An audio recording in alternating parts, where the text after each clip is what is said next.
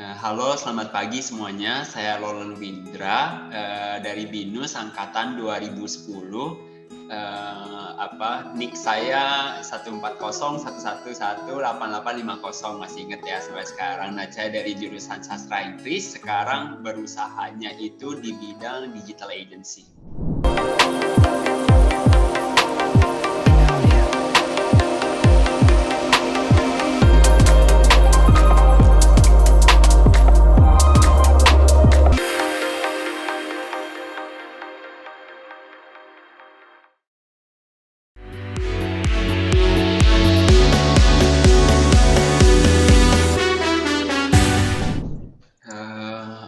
Gimana ya, sebenarnya kalau bercerita mengenai pengalamanku di BINUS itu sebenarnya perjalanan yang cukup panjang ya, karena sejujurnya saya ini ngambil sastra Inggris S1 di BINUS aja, saya lulusnya 7 tahun gitu. Jadi memang perjalanannya ini sangat panjang gitu ya, tapi selama di BINUS itu kan jadi awalnya itu memang kurang ketika masuk itu serius banget kuliahnya. IPK-nya waktu awal itu 3,8 gitu. Nah, begitu agak sedikit di tengah itu jadi tidak serius sama sekali. Jadinya panjang sampai akhirnya itu baru serius kembali. Jadi kalau misalnya saya cerita mengenai BINUS ya fokusnya mungkin lebih di akhir ini ya gitu. Jadi selama di BINUS itu pastinya saya belajar banyak. Kalau menurut saya sih yang paling pertama itu pastinya dari kemampuan berpikir, bagaimana caranya melogikakan sebuah isu hingga ketemu solusinya seperti itu. Terus kemudian dari dosen-dosennya juga yang sangat membantu. Khususnya ini sih karena saya dari jurusan sastra Inggris yang merasa kalau dosen-dosen di sastra Inggris itu orang-orangnya luar biasa sekali. Nah, menurut saya yang paling saya belajar di BINUS selama mendapatkan bimbingan dari dosen-dosen itu adalah bagaimana caranya men-treat orang lain. Jadi nggak cuma sekedar berpikirnya, tapi secara membentuk hubungan dengan orang lain. Nah, menurut aku itu salah satu hal paling penting yang saya belajar, karena sampai ketika saya menjalankan usaha pun bisa dibilang selama kita menjalankan usaha ini, jadi maksudnya udah tigaan tahun gitu ya, tigaan tahun. Sekarang kita karyawannya 47 orang, kita turnover-nya itu juga sampai sekarang itu sangat rendah gitu. Karena ya itu sih, kita belajar untuk mengapresiasi apa yang sudah orang lakukan gitu. Karena pada akhirnya ketika kita berbicara mengenai perusahaan, yang paling penting itu adalah orang-orang di dalamnya yang bisa mendukung perkembangan dari usaha tersebut.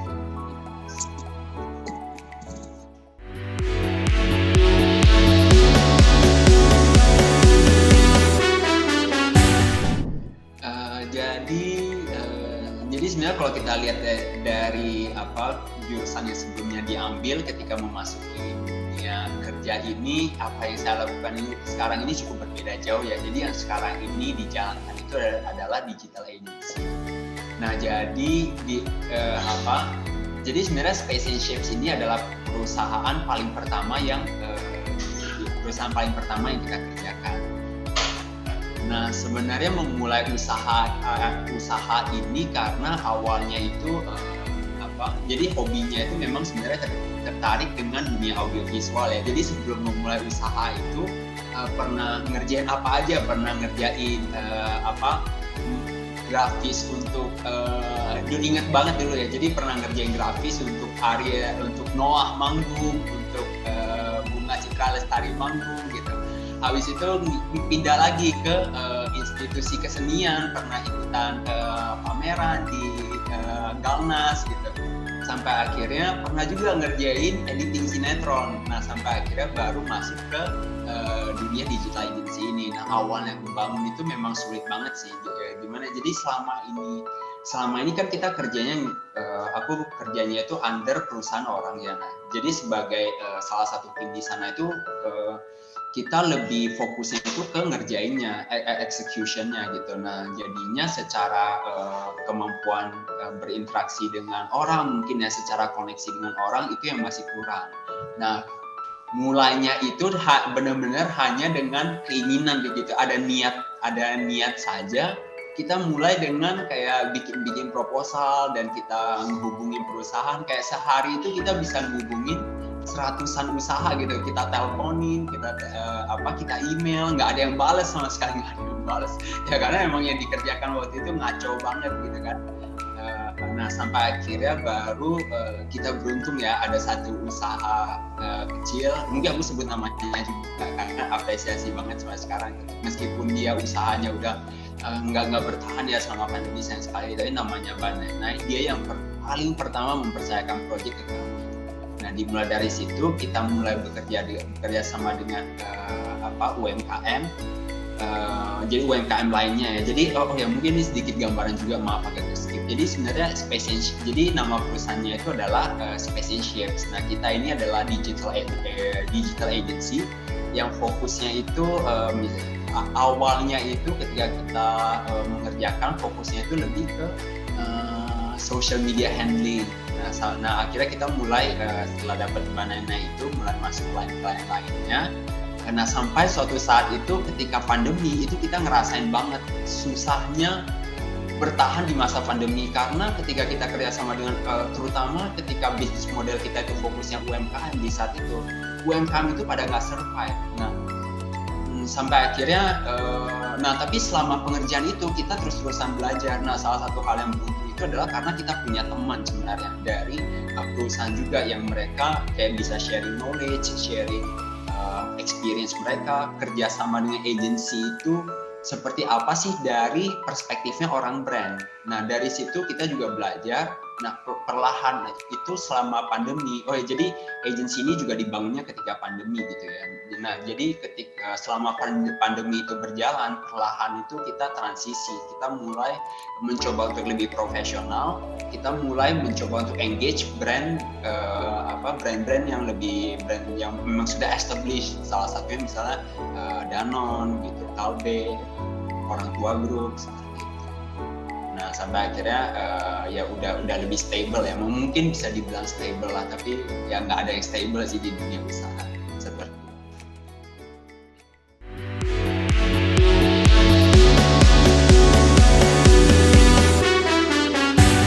Nah sebenarnya saya melihat tantangan ini sebagai sesuatu yang menarik sih, karena tantangan itu selalu ada gitu ya. Di fase yang berbeda itu kita akan selalu ketemu dengan tantangan yang berbeda.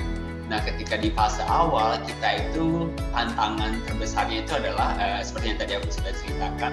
Jadi kita nggak punya koneksi sebenarnya, kita nggak punya real knowledge-nya, karena sebelumnya kan saya juga sastra Inggris sebenarnya. Jadi sebenarnya otodidak banget, kita pelajari company profile orang lain, kita pelajari proposal orang lain, kita mengambil kelas, kita belajar dari YouTube dan segalanya. Nah tapi tantangan terbesar di awalnya itu adalah pertama nggak ada koneksi, kita nggak tahu kita mesti reach out ke siapa gitu. Tapi di saat itu juga memang melupakan ya sebenarnya, itu yang sangat disayangkan, melupakan teman-teman sekitar yang sebenarnya bisa membantu pastinya gitu. Terus kemudian yang kedua itu adalah knowledge itu sendiri. Nah itu adalah struggling terbesarnya sih. Kita jangankan knowledge untuk menawarkan jasa kita gitu ya, tapi bahkan knowledge untuk mendirikan sebuah perusahaan dengan baik itu juga tidak punya. Nah ini adalah menurutku dua tantangan terbesar di awalnya. Nah tapi setelah berjalannya itu tantangannya itu nggak hilang tapi develop lagi. Jadi tantangan yang tadi aku sebut ya, yang kekurangan pengetahuan itu misalnya kemampuan untuk di fase tengah mungkin ya aku sebutnya, di fase pertengahan mungkin tahun keduaan gitu ya, kita udah mulai dapat klien, kita udah mulai kerjasama dengan perusahaan-perusahaan yang lebih established. Kemudian mulai banyak orang gitu ya, kliennya mulai banyak, kita mulai kayak kehilangan pijakan gimana caranya nih manage klien sebanyak itu. belum lagi kita belum pernah ada maksudnya belum pernah ada kayak proses pengembangan talent internal gitu. Terus kita secara manajerial perusahaannya itu bagaimana caranya kita ngontrol traffic yang masuk klien, request klien kan setiap hari ada gitu ya. Terus nah di sini itu kita juga mulai mengerjakan animasi, kita mulai mengerjakan selain sosial media tadi, kita mulai mengerjakan animasi, kita mulai lebih fokus ke strategi dan lain sebagainya gitu ya.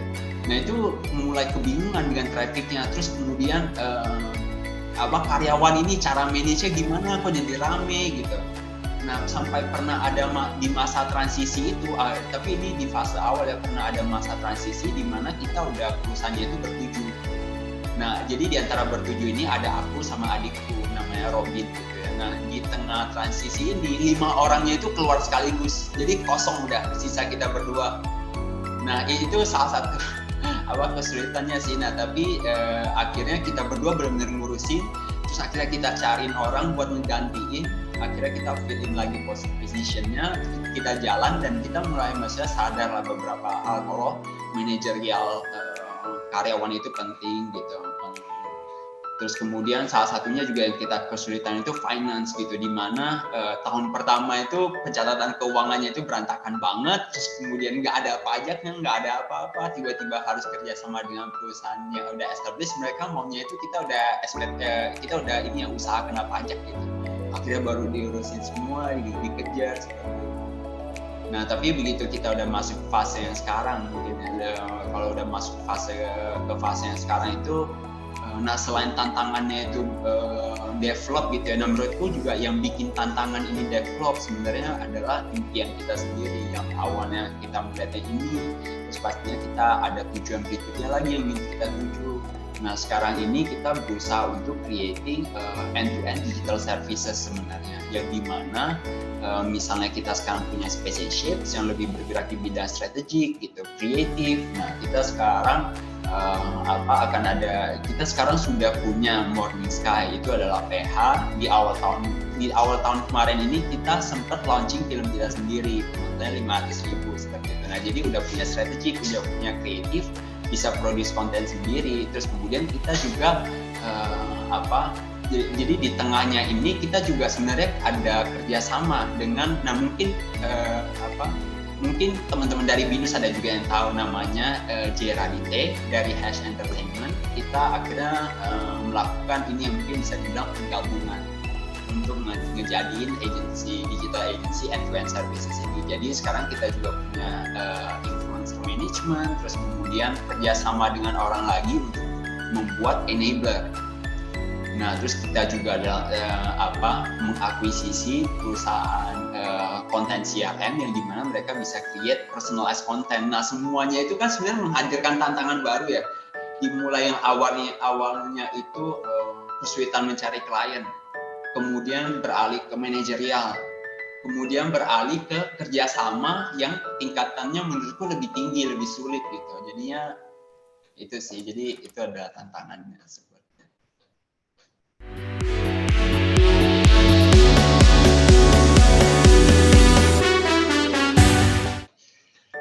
Ini dari saya personal ya. Saya merekomendasikan kuliah di Binus karena yang paling pertama itu adalah menurutku Binus itu orangnya itu, jadi teman-temannya itu banyak. Kita bisa belajar dari banyak banget orang. Menurutku salah satu poin penting dari sebuah perkembangan itu adalah perbedaan. Dengan adanya perbedaan itu kita bisa belajar dari berbagai macam orang yang berbeda sebenarnya. Dan dari berbagai macam orang yang kita ketemu itu, suatu saat itu akan bisa menjadi kolaborasi. Itu yang menurutku salah satu hal penting sih, yang lebih bisa dilakukan sebenarnya oleh mahasiswa, itu penting untuk diperhatikan. Terus yang kedua itu adalah dari segi kuliahnya itu sendiri, dari segi pelajaran yang diberikan di kampusnya sendiri gitu ya. Karena terakhir itu aku baru sempat ketemu lagi dengan dosen-dosen di Binus sastra Inggris ya, ada Mem Wiwik, ada Serifan, Serakum gitu, Mem Jessica. Nah, aku melihat kalau memang dosen secara Binusnya ini sendiri mendorong dosennya untuk menuju perkembangan berikutnya. Jadi secara pelajaran yang diberikan itu mengikuti perkembangan zaman, memudahkan sebenarnya menyesuaikan mahasiswanya selama mereka berkuliah, sehingga mereka adaptasi ke masyarakat dan butuh profesionalnya itu lebih gampang. Dan yang ketiga menurutku itu adalah ini secara personal dari aku, kembali lagi mengenai sastra Inggris. Aku melihat dosen-dosen yang sangat luar biasa di sastra Inggris begitu ya. Ya aku percaya kalau ya semua dosen di BINUS itu seperti itu begitu ya. Tapi kalau dari apa yang aku lihat di sastra Inggris, dosen-dosen ini yang selalu memberikan inspirasi, mendorong aku untuk maju gitu. Selalu menjaga lah, lebih daripada hanya sekedar lebih dari sekedar pekerjaan mereka sebagai dosen, jauh melebihi itu. Jadi aku sangat belajar banyak lah, terinspirasi untuk maju.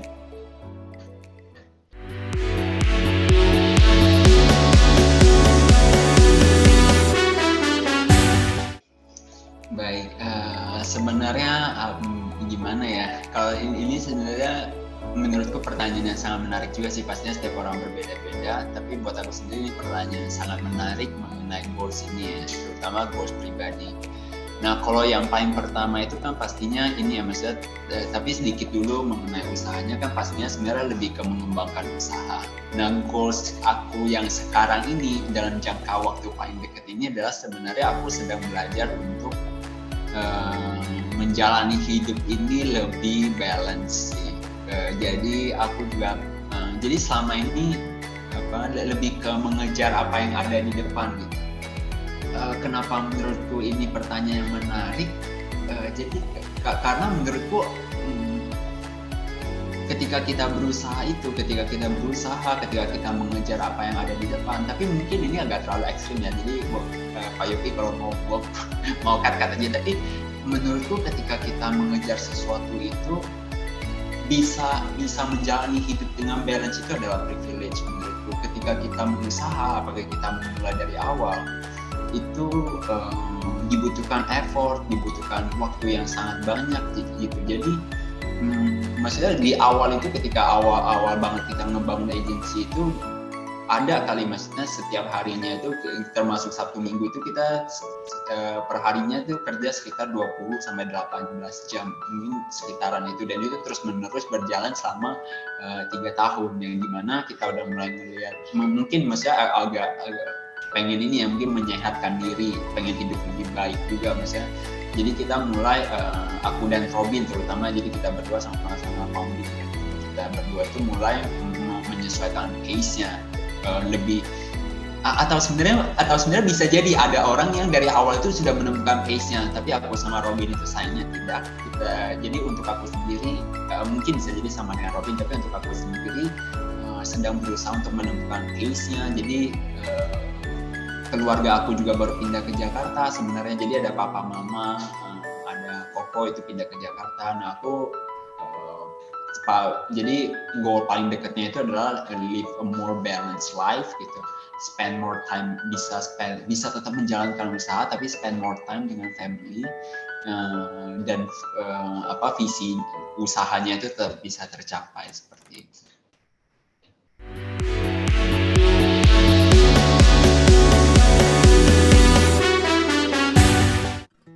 Oh ya, jadi sebenarnya berkaitan dengan goals tadi yang aku bilang sebenarnya. Jadi dari sejujurnya dari dulu nggak banget, maaf banget.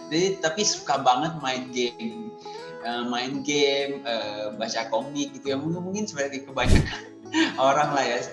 Terus karena sebelumnya itu kebanyakan kerja, jadi jujur tidur itu juga suka banget gitu.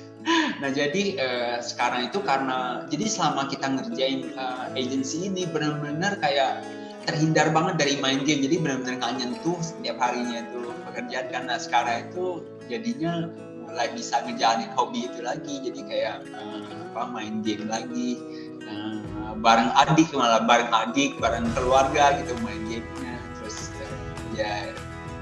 bisa inilah maksudnya, ya bisa baca komik juga ya, terus bisa jalan-jalan mungkin.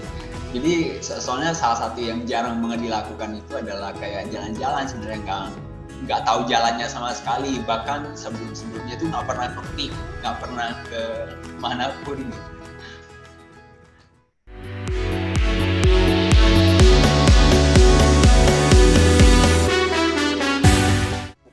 Baik, nah sebenarnya kalau buat aku role model ini hampir sama dengan mentor ya, kalau aku cara ngeliatnya. Jadi bisa jadi banyak, bisa jadi di berbagai fase itu ada role modelnya sendiri gitu. Misalnya ketika banyak sih, jadi ketika dulu aku masih belajar video, aku role modelnya itu adalah ada yang namanya Mas Adel Pasha. Dia itu adalah salah satu seniman video yang menurut aku jago banget. Dia bisa membawa nama Indonesia ke berbagai negara di luar gitu. Terus kemudian belajar bikin video lagi, ada yang namanya Mas Agus Kurniawan gitu. Dia ngajarinnya itu orangnya itu benar-benar yang ngajarin itu nggak sekedar ngajarin gitu, tapi benar-benar diperhatikan kita itu bagusnya di mana, kurangnya di mana, dan lain sebagainya. Jadi banyak ya kalau aku sebutin, ada yang Mas Olek gitu, yang dimana dulu aku belajar sama dia, aku kerja under dia di perusahaan dia gitu ya. Planet Design Indonesia, kita mulai ngerancang multimedia untuk Noah, untuk BCL gitu, untuk artis yang manggung itu. Tapi nah itu juga pertama kalinya aku melihat bisnis kreatif dijalankan secara bisnis. Itu pertama kalinya aku melihat, jadi aku juga belajar banyak ya gitu. Terus kemudian ada juga mungkin ada beberapa teman yang tahu juga kalau aku sebut namanya gitu ya. Jadi Niki Sebastian dari lulusan dari BINUS juga sebenarnya, yang sekarang ada di Danone. Saya banyak juga diajarkan juga ya. Jadi maksudnya Niki itu luar biasa menurutku. Jadi nggak sekedar dari knowledge-nya, tapi dari cara dia hidup gitu. Tapi yang paling penting buat aku mungkin role model yang ini justru ketika kecilnya itu aku nggak sadar. Role model yang menurut aku paling penting di saat kecil itu aku nggak sadar, tapi justru di gedenya itu aku mulai melihat bahwa banyak yang bisa dipelajari dari orang ini, yaitu papaku sendiri sebenarnya. Dia itu adalah sebenarnya buka usaha gitu ya, jualan baju di daerah gitu. Nah, secara bisnisnya itu nggak survive ketika e-commerce itu mulai bermunculan gitu. Tapi hebatnya papaku ini adalah ya dia berhasil, dia pernah ini juga, maksudnya ditipu juga uangnya oleh kawan dan lain sebagainya gitu. Pernah melewati masa yang secara pribadinya dia kurang baik lah gitu juga.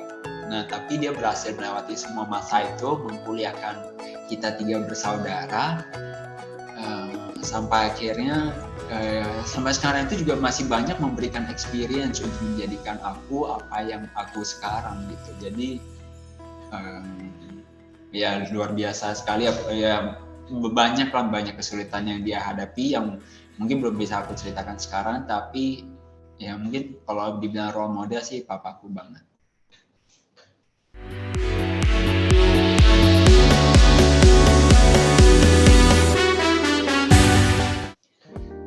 Nama saya Lolan Bindra, dari BINUS jurusan Sastra Inggris angkatan 2010. Saya sedang menjalankan bisnis digital agency seperti itu. Nah, kalau pesan saya untuk teman-teman sih sebenarnya itu adalah cari, tapi ini sebenarnya bukan lebih mencari ya, maaf, ini aku akan coba rephrasing supaya lebih enak. Yang aku mau bilang itu sebenarnya adalah mencari mentor dalam kehidupan sehari-hari yang memang sudah pengalamannya itu lebih banyak. Nah, tapi ketika aku pakai mencari itu, aku harapannya itu nggak dibawa ke konteks di mana kita benar-benar mencari gitu ya, tapi kita be aware aja, karena sebenarnya banyak sekali orang di dalam hidup kita itu yang sebenarnya itu bisa jadi mentor kita. Memang mereka itu akan menjadi mentor dalam aspek yang berbeda, dalam aspek yang berbeda, dalam fase yang berbeda. Nah, tapi yang mesti diingat itu adalah salah satunya juga kita mengapresiasi orang. Sebenarnya setiap orang itu punya experience yang mereka bisa share, dan semakin cepat kita tahu mengenai apa yang akan terjadi ke depannya itu semakin baik. Karena ya kita lebih inilah, maksudnya lebih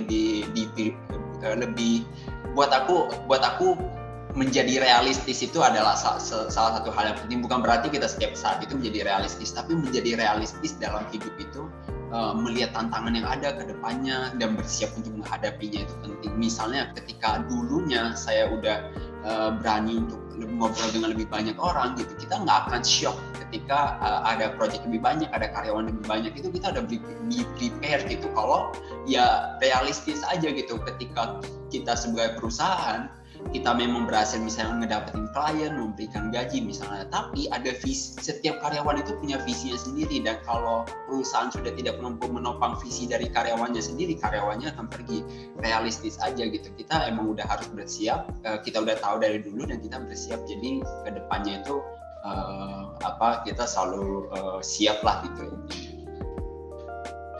Ya, paling satu lagi itu adalah kuliahnya itu benar-benar yang serius. Jadi karena salah satu hal yang aku berasa nyesel itu adalah aku kelamaan dengan main-mainnya, kelamaan kuliahnya. Tapi maksudnya kembali lagi ya, setiap orang mungkin berbeda-beda. Tapi untuk teman-teman yang mungkin punya visi untuk dirinya sendiri, ada sesuatu yang mau dicapai, seriuskan kuliahnya, dan di tengah kuliah itu sambil belajar dari mentor-mentor di sekitar ini.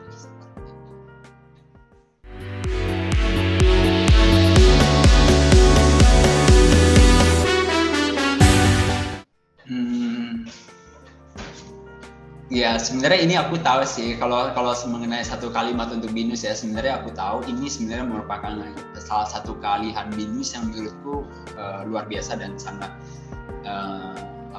sangat inilah, misalnya modern banget gitu.